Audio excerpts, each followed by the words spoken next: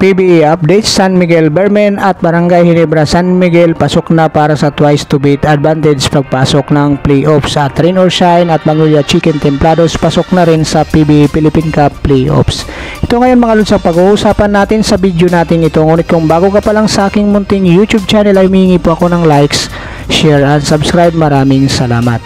So narito ang PBA Philippine Cup latest team standing. Nangunguna ang San Miguel na mayroong 10-1, 7-3 sa Ginebra, 6-4 sa Magnolia, 6-5 para sa Meralco at Rain or Shine, 5-5 para sa TNT at Road Warriors. So nasa 5-6 naman ang Colombian Jeep at saka Northport Batang Pier, 4-7, 3-8 ang Blackwater at Phoenix, 2-9 naman para dito sa eliminated na Converge Fiber Xers.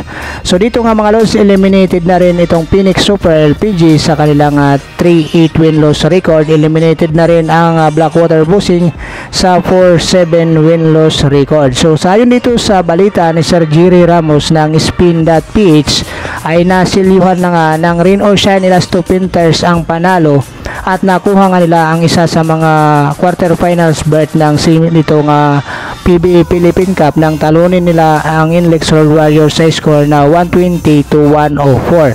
So ang naging best player of the game nga dito mga lods ay si Sean Ildefonso kung saan umiscore ito ng 14 points, 3 rebounds at 5 out of 8 sa field goal. So itong si Sean Ildefonso ang naging surprise package para dito kay Coach Ying Giao ng Rain or Shine Elasto Panthers. At malaki rin ang tulong ng pagbabalik ni Kate Dato kung umiscore ito ng 15 points. At itong si Bobelga naman mga lods, ito yung naging consistent para sa Rain or Shine Elasto Panthers na nanguna nga dito sa kanyang 18 points. At para naman dito sa Inlex Road Warriors nga mga lords ay ngayon ay malaki nga ang kanilang hinahabol na makapasok sa playoffs.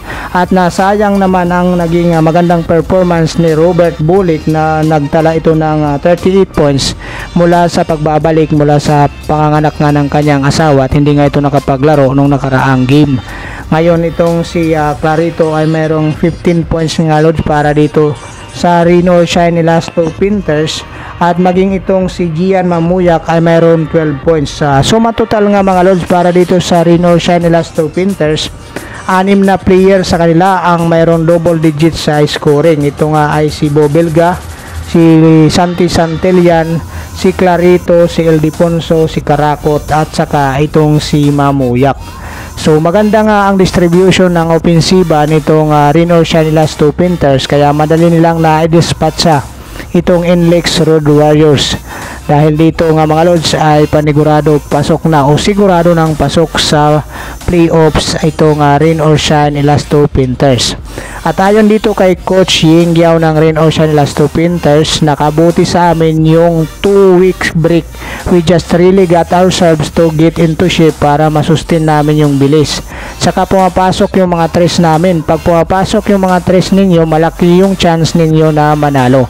Ito yung sinabi ni Coach Ying Giao sa report ng Spin.ph ni Sir Jerry Ramos.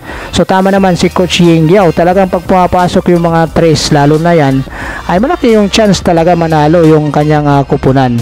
At ito naman mga lods ay malaking pasalamat dito sa kapunan naman ni Coach team ko na Barangay Ginebra San Miguel dahil ang panalo ng Rain or Shine Elasto Panthers ay malaking bonus nga ang nakuha nila dito itong Barangay Ginebra San Miguel. Dahil itong pagkatalo naman ng Inlex Road Warriors lang ang inaabangan ng Barangay Ginebra San Miguel para makuha itong twice to beat advantage pagdating dito sa playoffs.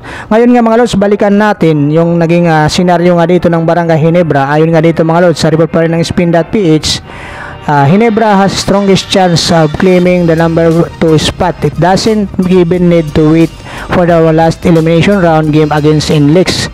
So ito nga mga lods, if Inlex loses to Rain or Shine on Friday, ngayon Ginebra will get the twice to beat advantage. So dito nga mga lods ay nasa number 2 na nga itong Barangay Ginebra San Miguel. Pasalamat nga sila dito sa Rain or Shine Elasto Panthers ni Coach Ying Giao. At number 1 itong San Miguel Bermen at ang Magnolia at saka itong Rain or Shine nag-aantay naman mga lods para sa magiging position nila. So natalo naman dito ang San Miguel Bermen sa score na 95-92 dito sa Meralco Bulls, at hindi nga na-sweep nitong San Miguel Bearmen itong elimination round ng PBA Philippine Cup. Pero sila pa rin ang nanguna dahil nag-iisa lang ang kailang talo dito mga lods. So ngayon puntahan naman natin itong karagdagang basketball updates. Ito naman yung report ng Inquirer.net ni Sir Jonas Tirado regarding naman dito sa labanan ng Hot Shots at saka itong Tira Firma Jeep, kung saan nanalo nga itong Magnolia Chicken Templado sa score na 108-100. So itong si Rafi Reves na naging best player sa kanyang 10 points, 13 rebounds, 5 out of 5 sa field goal. So perfect nga itong si Rafi Reves sa kanyang naging performance dito sa Magnolia Chicken Templados. At itong si Mark Baroka naman mga lods ay umiscore ito ng 21 points para tulungan din itong kanyang kupunan na makuha ang panalo. At itong si The Beast naman mga lods ay hindi nga ito nakapaglaro dahil sa may iniinda itong injury. At malaking tulong naman dito yung pagbabalik mula sa injury nitong si Gio Halalon para matulungan itong kanyang kupunan na Magnolia Chicken Templados na makuha nga itong panalo. At itong si Ian Sanggalang ang nanguna para sa kupunan na mayroong 23 points. Ayon kay Coach Chito Victolero dito sa report pa rin ng Inquirer.net ni Sir Jonas Tirado, sa ayon nga sa kanya, hindi po pwede kami i-judge doon sa isang game lang. Yun ang sinasabi nga, nangyayari din ito sa ibang mga kupunan, sabi nga ni Coach Chito Victolero. Ito yung nire-refer niya doon sa pagkatalo nila na tinambakan nga sila ng Meralco Bulls 74-51, which is yun nga yung pinaka lowest scoring ng Magnolia Chicken Templado. So tama naman tong si Coach Chito Victolero, hindi naman natin po pwede ma-judge sila doon sa huli nilang laban na natalo nga sila ng Meralco Bulls at lumiscore lang sila ng 51 points, pinaka mababa ngayon.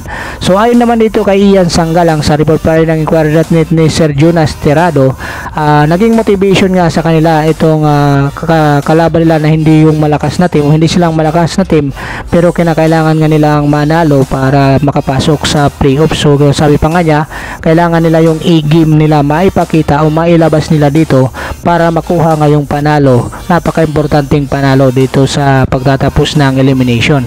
Sabi pa nga niya, I know that winning becomes sweeter after some hardship.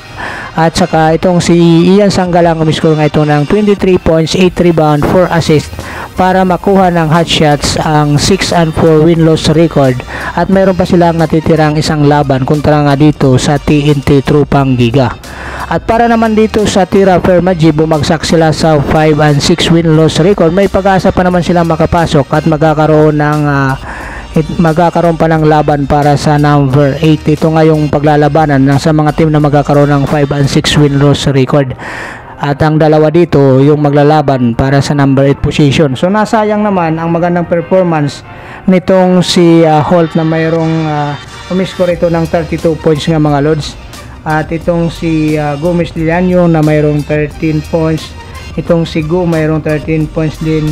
At si Chongson. So yun ang mga player na palaging consistent para rito sa Tira Firma Jeep. Sana nga lang mga lods makapasok itong Tira Firma Jeep sa PBA Philippine Cup playoffs para maiba naman ang sa atin. So maraming salamat mga lods. God bless you all. Bye bye.